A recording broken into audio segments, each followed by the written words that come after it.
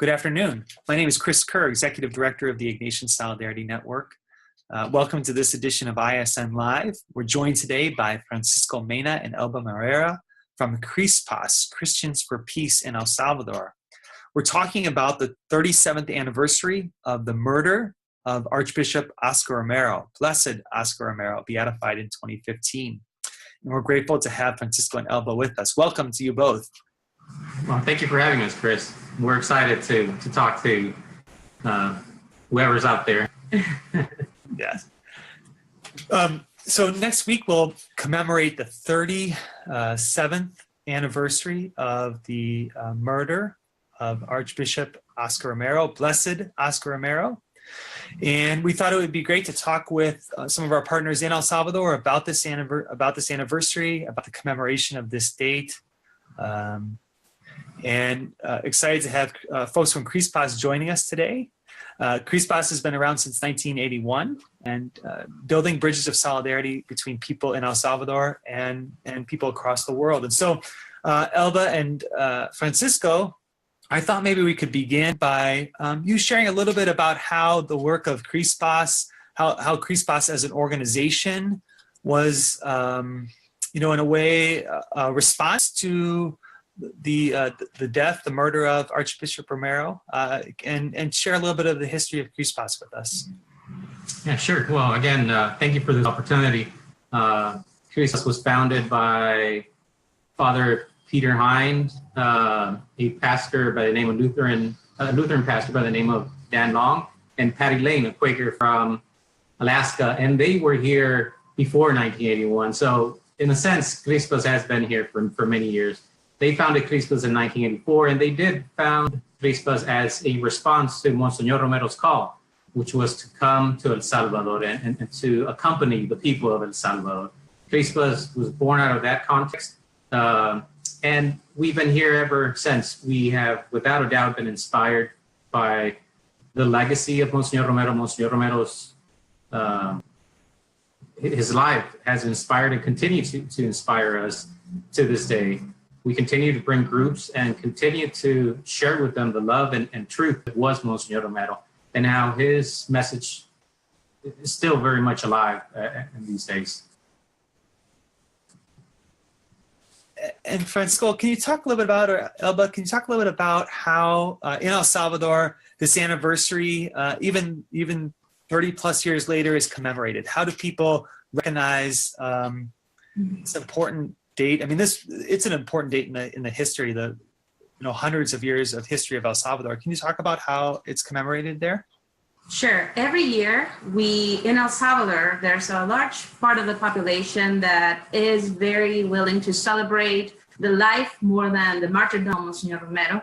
And it's the spirit of Romero. Whenever you are going around in San Salvador and El Salvador, you can feel that it's very much alive. From murals to the people in general, and especially this year, because this year it would be the 100th anniversary of Romero's birth. So it's a whole celebration that's the whole year. It's been it's just hope for a lot of people that continue to feel that his message, his spirit is still with us. And it's a force that, people, whenever they feel like they are alone, the fact is that, in that spirit, people continue to fight for social justice. They feel very much accompanied by Romero. So it's a very spiritual, but it's also a very cheerful opportunity to just celebrate together this life of a man that's more than anything a role model of what a Christian should actually be like. Just to piggyback a little bit on what Eva was saying, I think this whole year, kind of looking at this as a whole year, not only this 100th year of his celebration of his birth, but in general, I would say that as you go around the country, especially with communities that follow and are inspired by Monsignor Romero, it's not just the 24th of March that his name comes up and that people remember him. It's a full year of him being in our hearts, him being in our minds, and in guiding us in how we do this, and not just for CRISPAZ, but for so many Salvadorans. And I think that's the incredible thing about Monsignor Romero. He is present the whole year, not just during the celebration. Obviously, we focus on the 24th as a very special day where we celebrate his life, just as Elba was saying, not so much, what happened that day, but it's a full year of reflecting, being called to act, inspired by Monsignor Romero.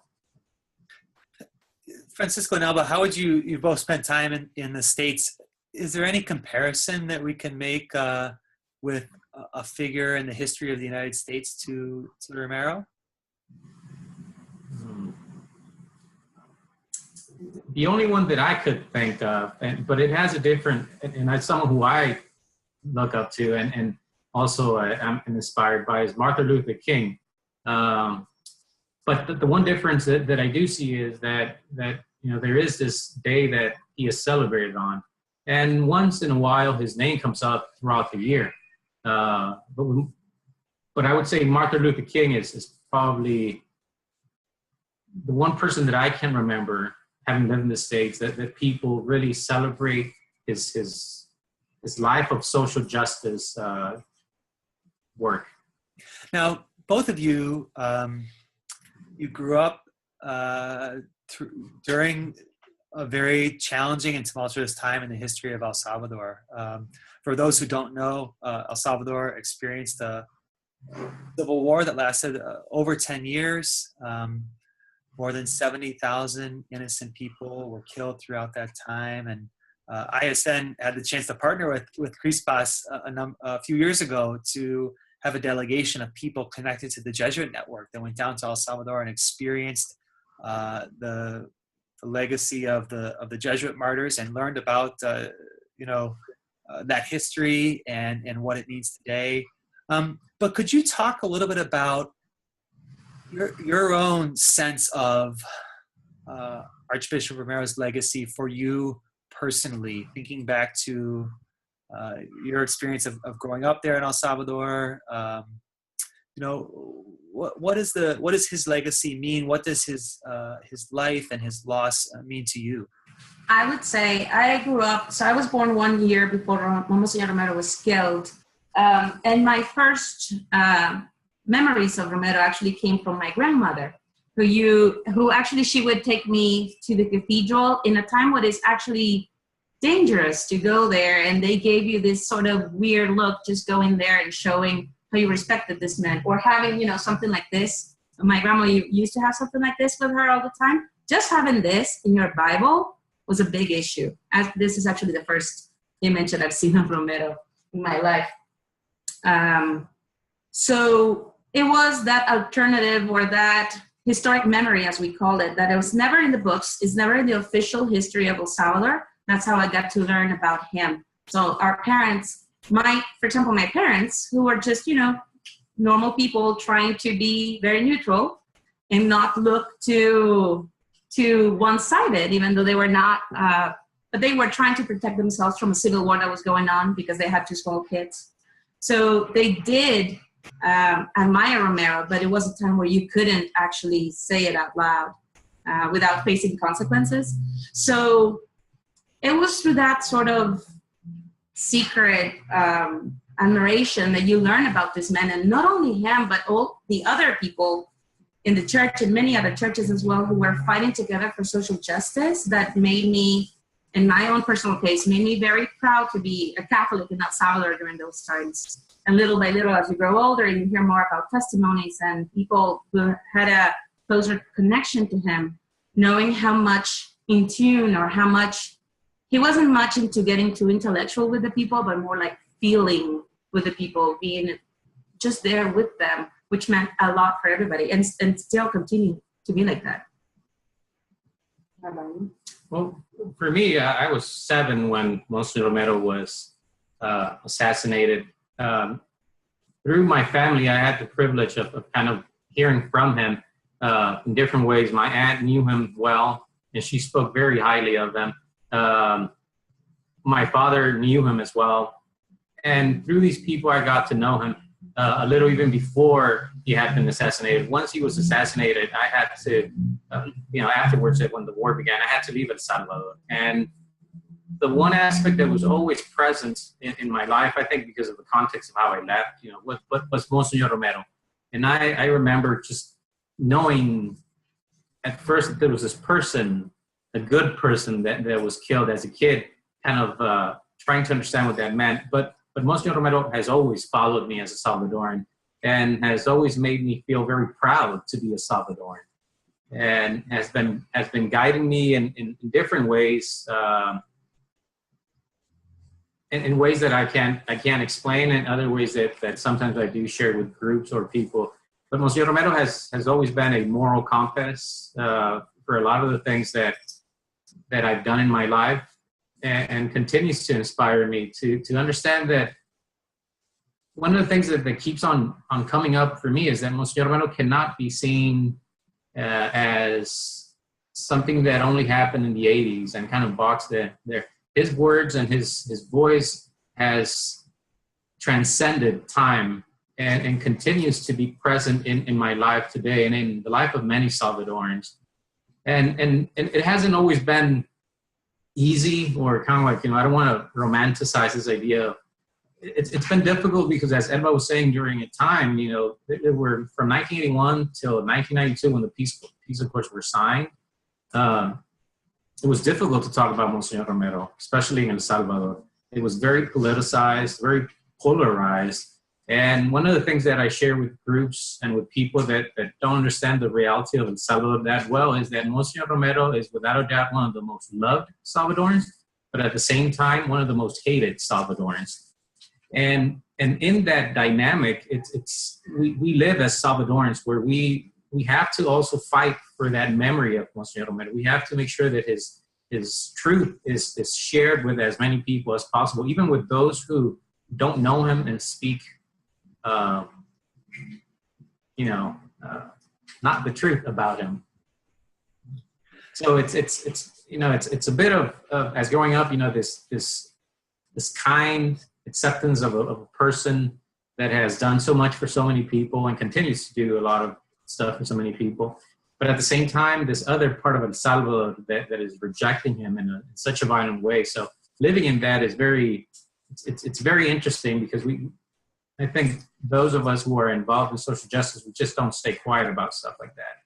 We don't just say, okay, sure, yeah, you can say what you want about Monsignor Romero. So again, it's very interesting and challenging to keep his memory alive and his legacy, his teachings alive.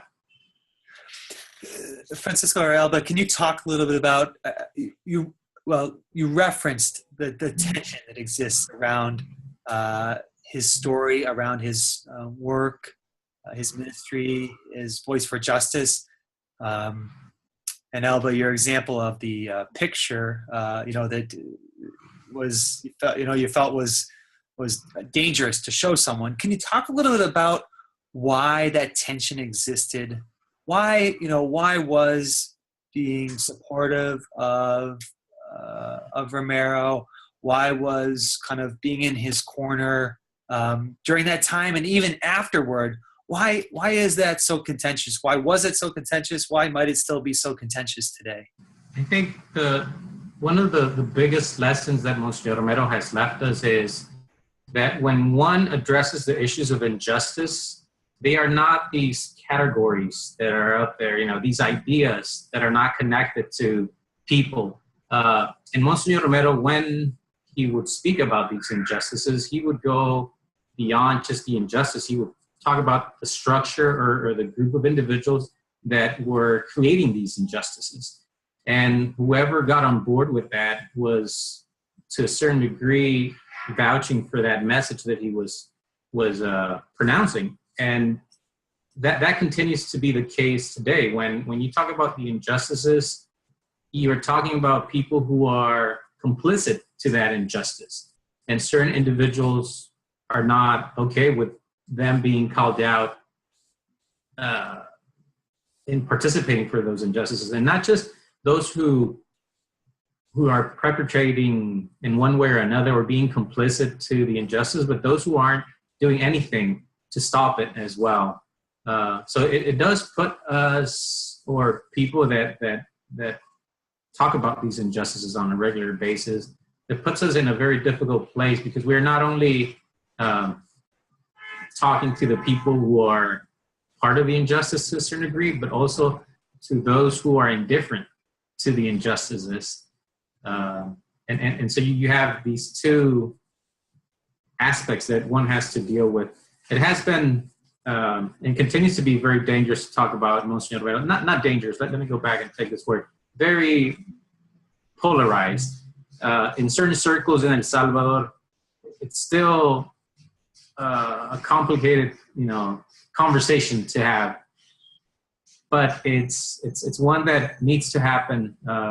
The one thing I can say, and I'll leave Elba to answer what she might want, is that when you do hear stories that are negative or that are sometimes to a certain degree not based on truth, is they are copy paste, because these are stories that have been told by people and kind of certain messages that have been prepared to teach others how to respond negatively to Monsignor Romero. These people haven't really done their homework to, by themselves, understand what Monsignor Romero was about. And in very, very conservative circles in El Salvador, if you get a group of 20 people, they will give you the same answer. You don't have to go, and listen to all 20 to hear different ideas. They're all pretty much the same because this is how they have been brought up to believe things, not to discover them on their own. So. I would say that anybody who defies status quo anywhere is in danger of getting into that. They kill the prophets, don't they? That's kind of like the story of humanity. Always people who are fighting for justice or really are brave enough to mention where the structures of injustice are, they get this treatment. In El Salvador, for example, during the 80s, during his time, the press or the media would say that he needed to be exorcised. I mean, it was that sort of attack on him.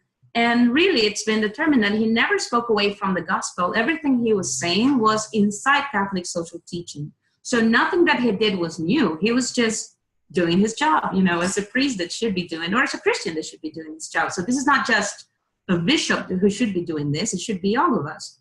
So it happened that it was the Bishop of San Salvador that back then it was almost like, this might be a very simplistic analogy, but it was almost getting named the Bishop of San Salvador was, I don't know, like a rock star. People would listen to you. Everybody would, it was the Bishop of San Salvador. And so having a bishop that was usually more just talking about what we should do in our own personal spirituality more than the social aspect of it, that's what people were used to. And having a bishop talking now about our duties as Christians to everybody else was always something that they continue to see them as political. So, some of them, I don't. If you read the Bible, I guess you see what he said was not new.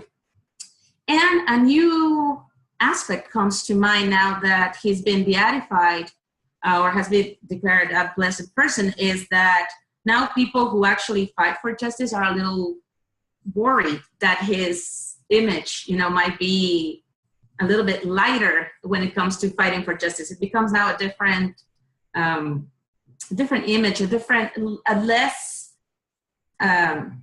less controversial, but also you don't want to take away his core message as a Christian and just transform it into another saint. I don't know if that makes sense, what I'm trying to say here. Not to forget, yes, he's being now seen as by the Vatican as one of the blessed person, but we have to continue with same core message of fighting for justice. And sometimes people tend to forget that and just transform it into something else. Thanks for that. And again, we're joined today by Francisco Mena and Elba Moreira at CRISPAZ, Christians for Peace in El Salvador. CRISPAZ, as Francisco noted, began in 1984. Thank you for correcting me earlier. And, we've had here at the Ignatian Solidarity Network, we've had the chance to work in partnership with CRISPAZ and are grateful for that opportunity to help build bridges of solidarity between people here in the U.S. and those in El Salvador. Can you talk a little bit about how, Archbishop Romero influences the work that CRISPAZ does today. You welcome thousands of young people, especially from universities and high schools and parishes, and older adults as well, to El Salvador each year to have experiences of solidarity there. Can you talk about the ways that Monsignor Romero is kind of present in those experiences that you're able to offer those who come to be delegates, come to be pilgrims in work? I think his message is present in, especially in the times that we live in today. We live in a world that needs, without doubt, fixing, but more than fixing, it needs a lot of love. And Monsignor Romero spoke about love in a very special way, and how we should treat those who are less fortunate and those who are at the margins, and how we should include them and treat them with dignity. So in these times that we are living in today, his message speaks very loudly in those in that context, in how we must, with love, deal with all these issues that are affecting our humanity. Not, I would say it would be very light or not correct to say our societies. They are affecting our humanity. And Monsignor Romero's message addresses that. I think it addresses it not only in how people talk about it, but people who are here visiting El Salvador can see what Monsignor Romero has done, what he continues to do in the people of El Salvador. In no way has his work been completed. There's a lot that needs to be done in El Salvador, but his message is one that we must really deal with all these issues with a love that's very, he would talk about the violence of love, and I think that has to be explained a little bit, but that love that really is not this cheesy, love that we talk about, but it's a love for humanity, for our brothers and sisters, a love that's rooted in God and that comes from God. And in that love, what I can just, I've been saying this a lot, but that love is what is present in the people that come. And we talk to them during reflections, and this is the things that they can see. And this is, I think, the one message that we need to continue to spread, how we need to look at this inhumanity, that's this lack of humanity that we have around us, and how we can address it.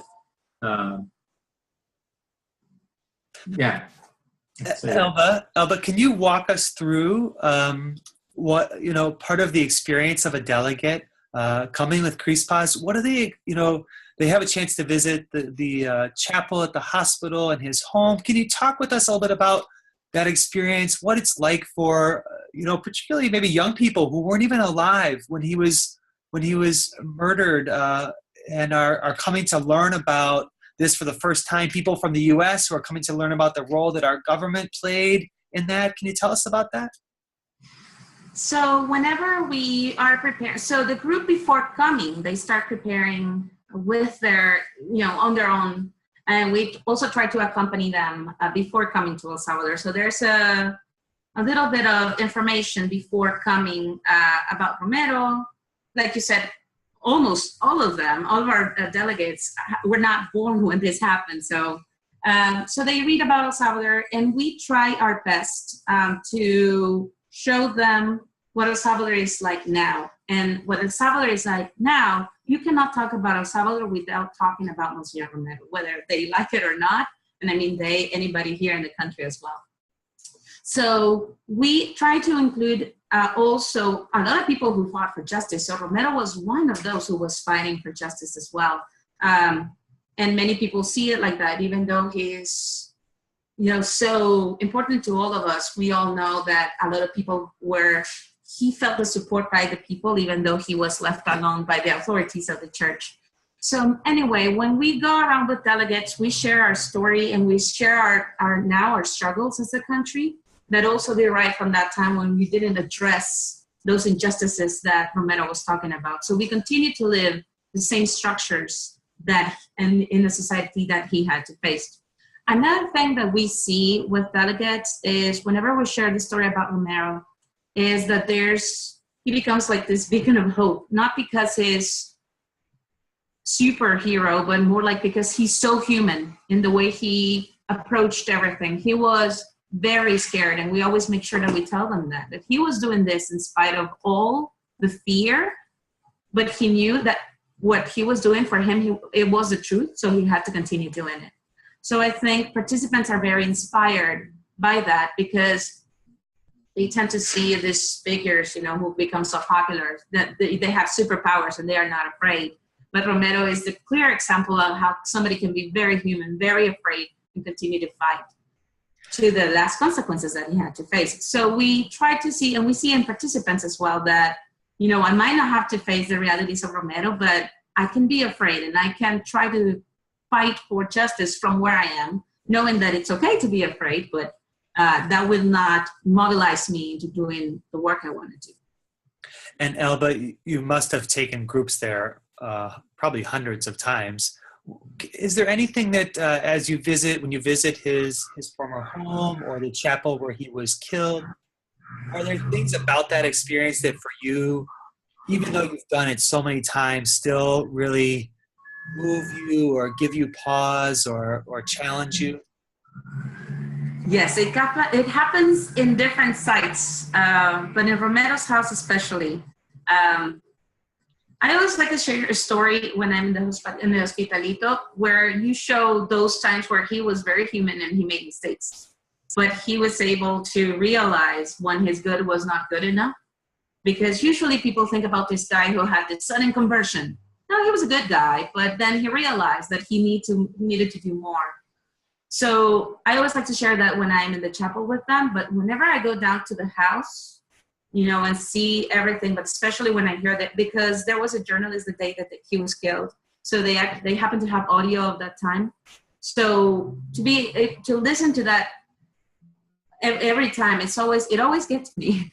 Even though I know what's coming, it's always it's hard to hear it and to hear the people screaming and what was going to happen next. I guess it's what it always gets me.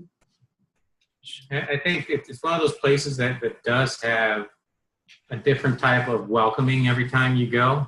And I say welcoming because that's the way that I feel every time I go there. I feel welcomed, and it's kind of like visiting a very good friend. And depending on when you go, it's the light hits certain areas in different ways, and it's a beautiful place. But also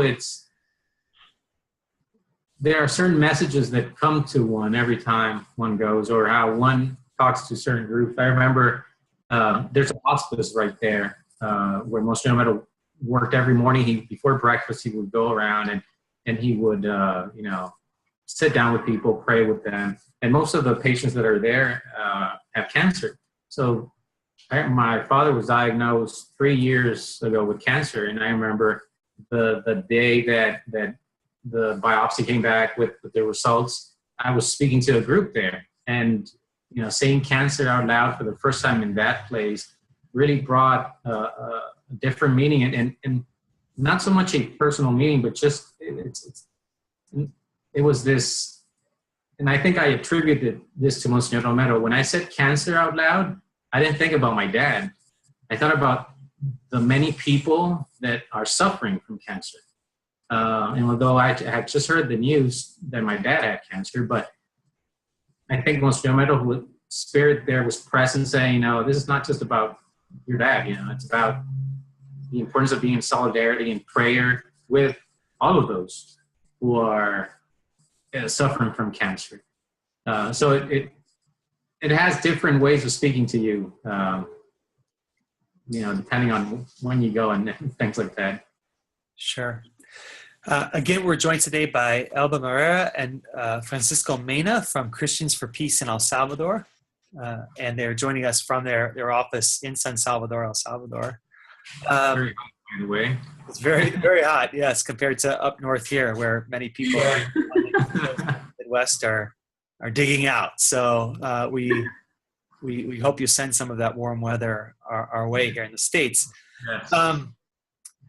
Now, of course, El Salvador today, over the past few years, at various times, El Salvador has been, a country that is in the midst of great violence, not a war like the 80s, but a time where, you know, a lot of violence related to gangs and things like that.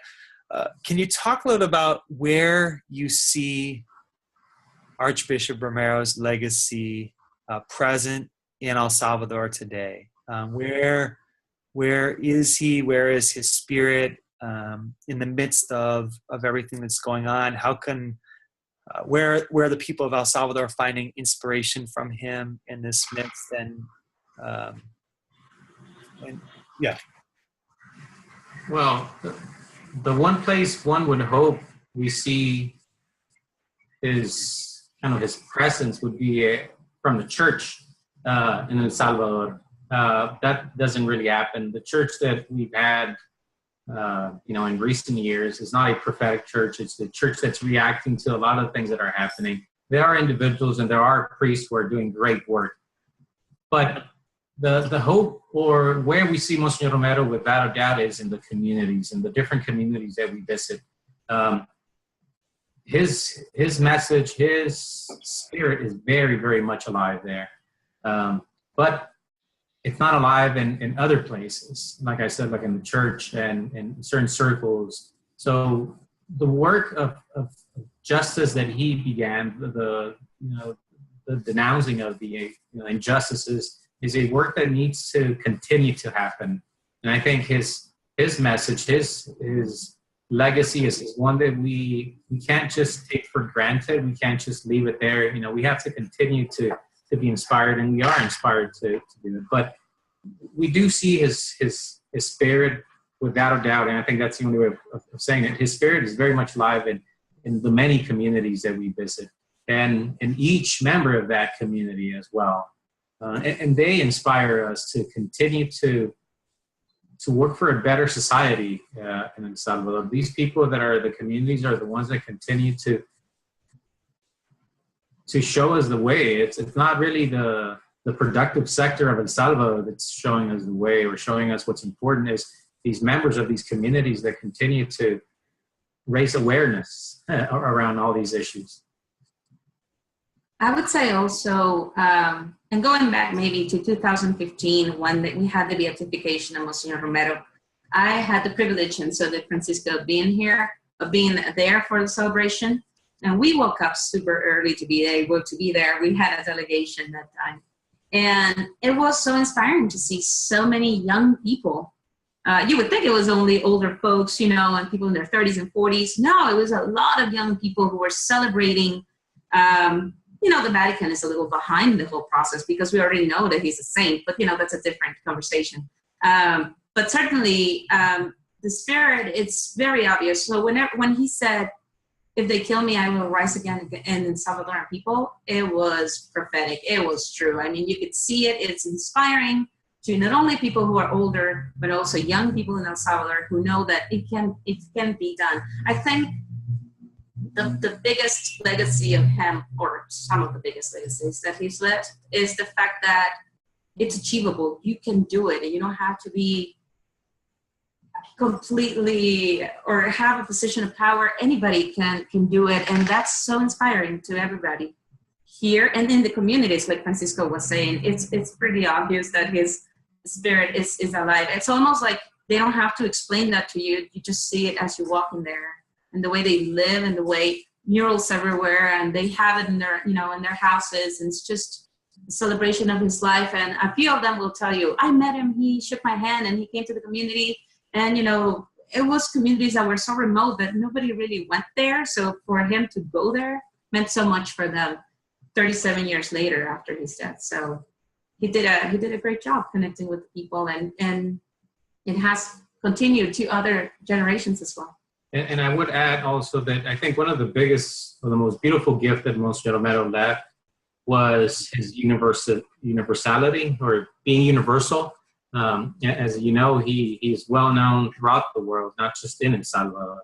And it's not just him being known, but being known for what he did, for how he lived his life.